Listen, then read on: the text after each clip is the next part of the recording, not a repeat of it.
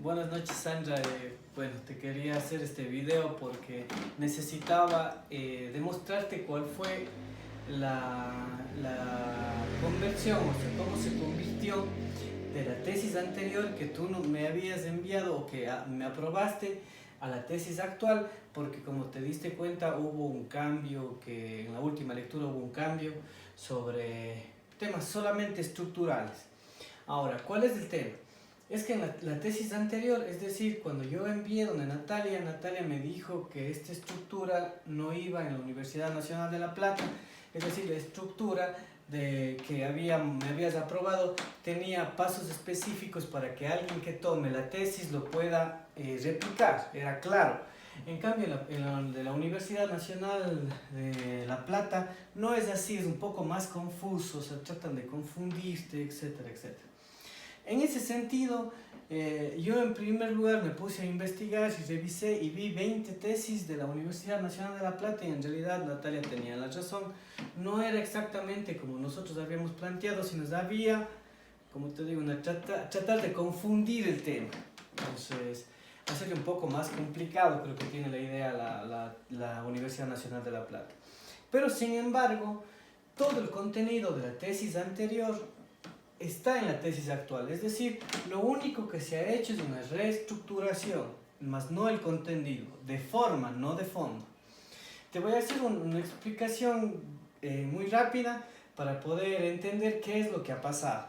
Entonces, en el primer capítulo que tú me aprobaste, en el primer capítulo es el plan de tesis y en la parte principal es el estado del arte. Por ejemplo, en el estado del arte nosotros en el anterior teníamos el tema 1, la participación en políticas públicas. Tema 2, participación en políticas públicas de patrimonio cultural.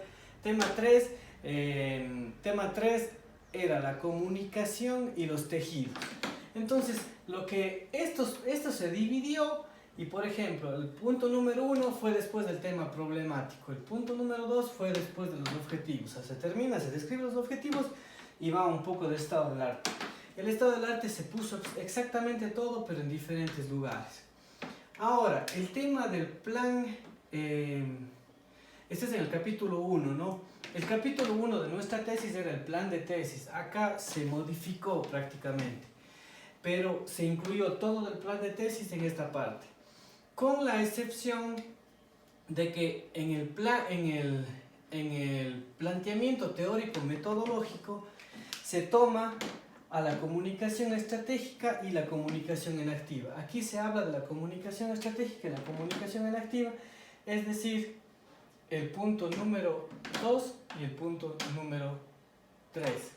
Es decir, ya no se habla en diferentes capítulos, sino en el mismo capítulo, en el primero se va incluyendo.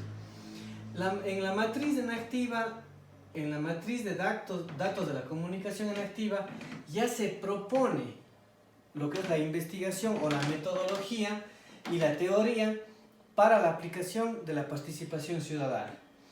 Esto nosotros lo teníamos puesto en el capítulo 5 y del capítulo 5 se pasa al último punto del capítulo 1 y ahí se explica absolutamente cuál es el espacio estratégico y cuál es el espacio en activo en investigación. En el segundo capítulo se habla solo de los macaneros, que eso ya habíamos revisado nosotros contigo, y eso está en el capítulo expositivo, en el capítulo 5. Pasa al capítulo 2. En el capítulo 3 ya se hace directamente el abordaje, que es el capítulo 6 de aquí. Del capítulo 6 se le pasa al capítulo 3. Y las consideraciones finales se eliminan ya y se ponen aquí las conclusiones. Era un capítulo y acá simplemente se le pone ya como unas consideraciones finales. Pero simplemente, por ejemplo, aquí en el capítulo séptimo, nosotros teníamos el aporte de la comunicación a las políticas públicas, la comunicación en activa en la participación ciudadana, la comunicación y la participación dividido en espacios. Aquí lo único que me hizo es sacar los títulos y ponerle todo corrido y así mismo tienen todos. Entonces la intención de este video es para explicarte que no ha cambiado absolutamente nada del tema anterior, de la tesis anterior. Lo único que ha cambiado es la estructura, pero es exactamente lo mismo. Una cosa adicional que se hizo es que nosotros solamente le ampliamos un poquito. Con tus últimas revisiones, por ejemplo, la metodología, marcas de racionalidad comunicacional, se amplió para poder ser más específicos en la metodología.